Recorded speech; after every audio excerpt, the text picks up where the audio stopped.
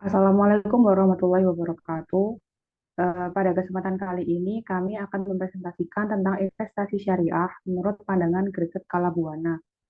Untuk anggota kelompok 6 sendiri terdiri dari Febidin Utami, Hastani Bidari, Muhammad Amruh Arrahman, Nadila Dwi Sundari, dan Yunita Adeyakan.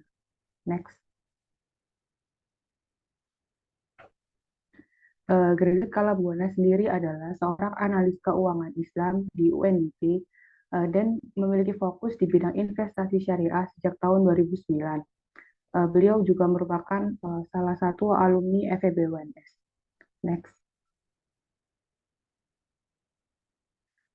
Investasi syariah. Jadi investasi syariah adalah penanaman modal dengan tujuan mendapatkan keuntungan sesuai dengan prinsip dan hukum syariah. Pasar modal syariah di Indonesia dimulai dengan diterbitkannya reksadana syariah oleh PT Dana Reksa Investment Management pada 3 Juli 1997. Selanjutnya, Bursa Efek Indonesia bekerja sama dengan PT Dana Reksa Investment Management untuk meluncurkan Jakarta Islamic Index pada tanggal 3 Juli tahun 2000 yang bertujuan untuk memandu investor yang ingin menginvestasikan dana syariah. Next slide. Jenis investasi syariah sendiri ada 4. Yang pertama, saham syariah. Saham syariah adalah efek berbentuk saham yang tidak bertentangan dengan prinsip syariah di pasar modal. Yang kedua, sukuk atau obligasi syariah. Jadi ini adalah produk investasi syariah yang ditawarkan oleh pemerintah untuk individu warga negara Indonesia. Pengertian lainnya adalah surat berharga komersial yang berbentuk sertifikat hak milik yang menjadi bukti bahwa suatu aset itu merupakan kepemilikan dari pihak tertentu. Aset yang diperbolehkan itu ada aset berwujud benda, nilai manfaat, maupun jasa. Yang ketiga, reksadana syariah. Jadi, reksadana syariah ini adalah reksadana yang hanya dapat berinvestasi di efek keuangan sesuai dengan kaidah dan prinsip syariah, dan tentunya masih terikat dengan batasan investasi yang ditetapkan oleh OJK. Yang keempat adalah sektor real, yaitu bentuk penanaman modal yang asetnya nyata, yang dapat dilihat dari bentuk maupun jumlahnya secara langsung. Untuk contoh investasi sektor real adalah properti, emas, dan usaha yang bergerak di bidang sektor real. Untuk investasi yang bagus adalah investasi yang sejalan, yaitu resiko dengan returnnya itu sejalan. Apapun jenis investasinya, yang baik itu adalah sesuai dengan profil dari resiko investor sendiri. Next.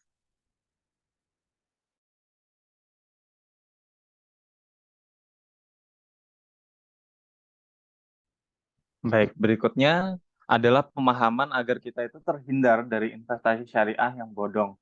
Belakangan ini orang-orang itu banyak ketipu dengan embel-embel syariah atau investasi syariah yang mana pada akhirnya mereka itu kedapatan mengikuti investasi yang bodong atau hasilnya tidak sesuai dengan yang mereka harapkan.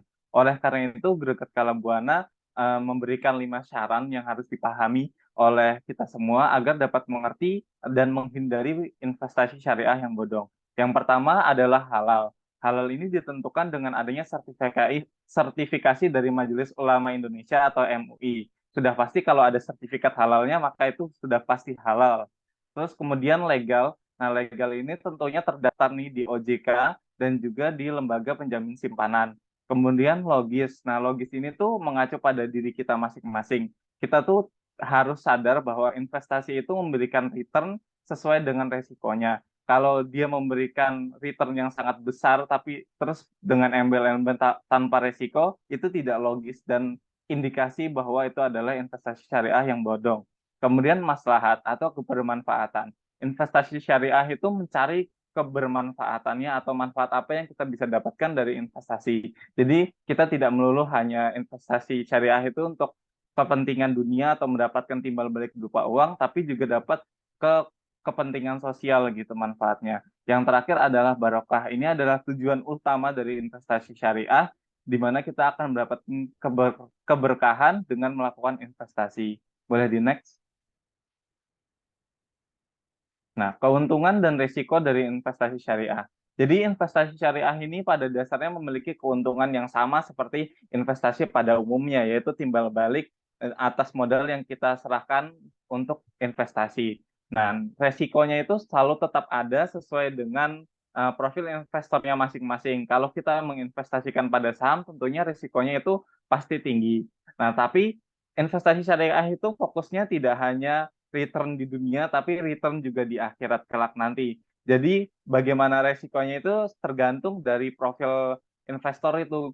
Kita tidak bisa hanya memandang keuntungan berupa uang saja, tapi mungkin kebermanfaatan di masyarakat. Seperti kita menginvestasikan di bank syariah, itu mendukung kita agar umat Islam atau banyak orang itu akhirnya memakai produk bank syariah juga. Dengan berkembangnya bank syariah itu kan memberikan kebermanfaatan, yaitu tersebarnya produk-produk syariah ke masyarakat umum. Itu adalah manfaat dari investasi syariah. Jadi nggak hanya di dunia, tetapi juga di akhirat. Dan resiko itu sesuai dengan profil kita masing-masing. Boleh di next?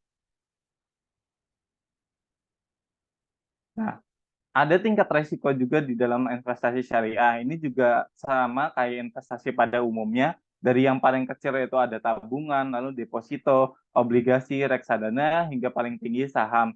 Kalau dijabarkan secara umum atau general itu, tabungan sebenarnya memang bukan investasi, tapi kita bisa mengambil akad bagi hasil di bank untuk melakukan tabungan sehingga returnnya paling hanya 0, sekian persen. Lalu di atasnya ada deposito mungkin 1%, obligasi 3%, reksadana 5%, dan saham 6%. Nah, ini sejalan gitu dengan resikonya. Semakin tinggi resikonya, maka returnnya juga semakin tinggi. Nah, terus semua ini memang produk dari investasi biasa, namun ada produk syariahnya juga. Yang terpenting adalah kita menginvestasikan itu pada barang apa atau produk apa. Dan lebih lanjut kita juga bisa investasi nih di sektor real seperti UMKM, tapi itu resikonya yang lebih besar karena ada unsur kegagalan yang dapat didapati jika investasinya di sektor real gitu. Oke, mungkin boleh di next dan dilanjutkan oleh teman saya. Selanjutnya, potensi investasi syariah di Indonesia. Di tahun 2022 ini, pasar modal syariah ini sudah 25 tahun berdiri di Indonesia.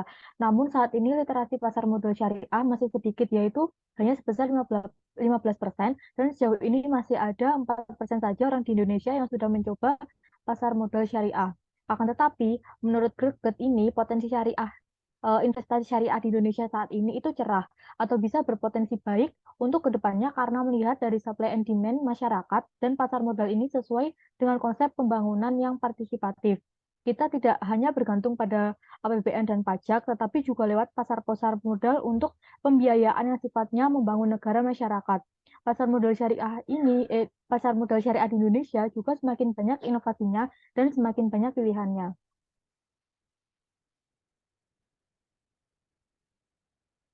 Selanjutnya, stigma investasi syariah.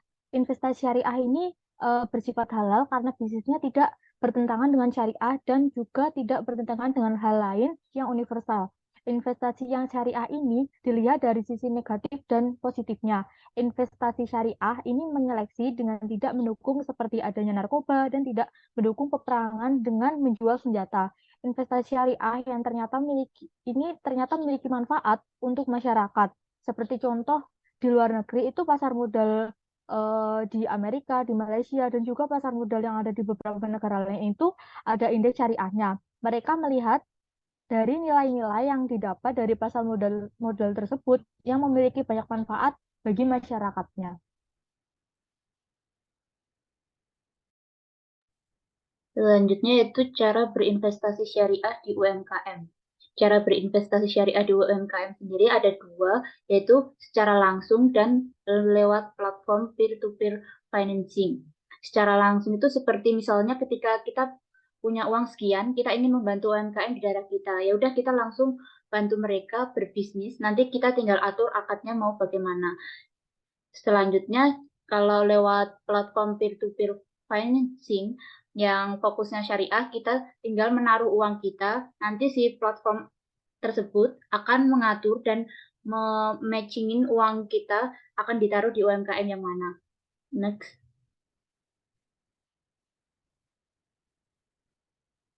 Selanjutnya ada peran dan kontribusi investasi syariah dalam pembangunan ekonomi berkelanjutan. Sebelum membahas mengenai peran dan kontribusinya, kita ketahui bahwa pembangunan ekonomi berkelanjutan itu memiliki 17 tujuan atau kita disebut sebagai SDGs yang mencakup semua lini kehidupan.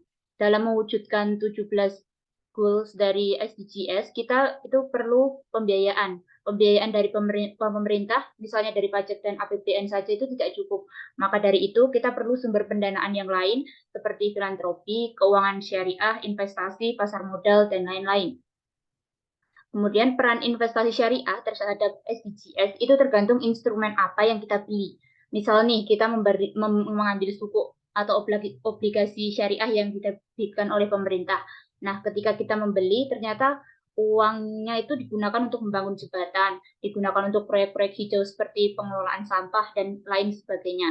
Nah, berarti dengan kita mengambil obligasi suku tersebut, kita memiliki kontribusi terhadap lingkungan, yang mana lingkungan dalam poin SDGs merupakan tujuan ke-3 dan ke-7 dan 13. Dengan begitu, otomatis kita membantu program SDGs itu sendiri. Intinya, dengan kita menggunakan investasi syariah, kita juga membantu bertambahnya pembiayaan untuk mencapai SDGs, karena pembiayaan SDGs tidak cukup hanya dari dana pemerintah saja.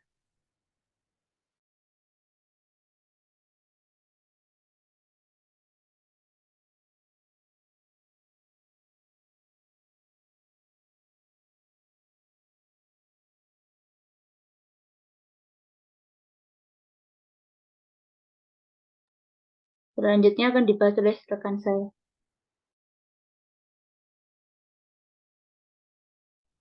Nah, yang selanjutnya ada cara kerja investasi syariah. Jadi, cara kerja investasi syariah itu berbeda-beda tergantung dari instrumen investasinya. Di sini ada dua contoh. Yang pertama ada Green Suku. Green Suku itu adalah obligasi hijau berbasis syariah untuk proyek-proyek yang berfokus pada mitigasi dan adaptasi perubahan iklim. Sistemnya, jadi di dalam penerbitannya itu ada salah satu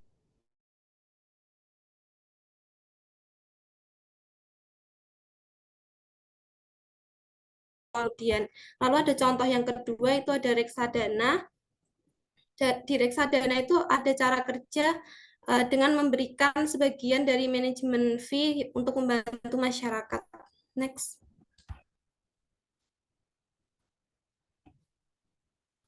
Yang selanjutnya ada tips dalam berinvestasi syariah. Yang pertama ada literate atau literasi, itu dengan cara memahami semua jenis investasi yang ada. Lalu berinvestasilah di instrumen yang kita tahu dan tidak terburu-buru mengikuti tren yang ada. Lalu yang kedua ada skill atau kemampuan, mulailah dari investasi yang kecil atau resiko rendah, misalnya menabung atau membeli reksadana. Lalu yang ketiga ada ide atau uang dingin. Jadi berinvestasi menggunakan uang yang bukan untuk keperluan sehari-hari, tujuannya untuk mengurangi resiko jika terjadinya kerugian.